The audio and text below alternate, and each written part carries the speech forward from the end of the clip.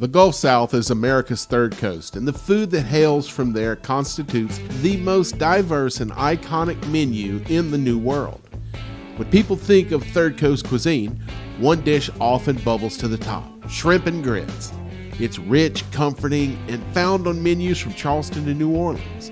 But here's a little known truth: shrimp and grits isn't originally a Gulf Coast tradition. This dish has its roots in the low country of South Carolina and Georgia, where it was first created by the Gullah people, descendants of West Africans, who merged their culinary heritage with ingredients native to the region. For them, shrimp and grits was a simple breakfast. Shrimp pulled fresh from the marshes, cooked with creamy corn grits passed down from native tradition. It remained largely regional for generations. It wasn't until the late 20th century that shrimp and grits began making waves outside of the Carolinas.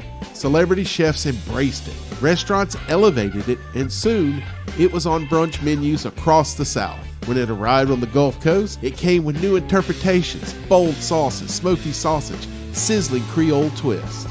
But let's set the record straight. If you look at what families along the Alabama, Mississippi, and Florida Gulf Coast were actually eating for generations, you'll find another story. One that's been quietly simmering on stovetops long before shrimp and grits ever arrived.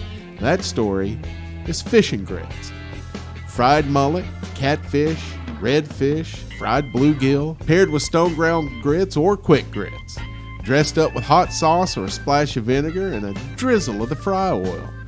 This was the food of dock workers and fishermen, of Sunday suppers and fish fries. Fish and grits was humble, hearty, and uniquely Gulf Coast.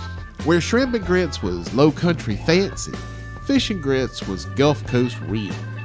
It reflected the rhymes of the local waters, the simplicity of the catch, and the adaptability of coastal home cooks. So while shrimp and grits might be trending today, fish and grits holds the deeper roots in Gulf Coast kitchens, quietly proud, soul-satisfying, and steeped in tradition. And that's a history worth remembering every time you dig into your next bowl of grits.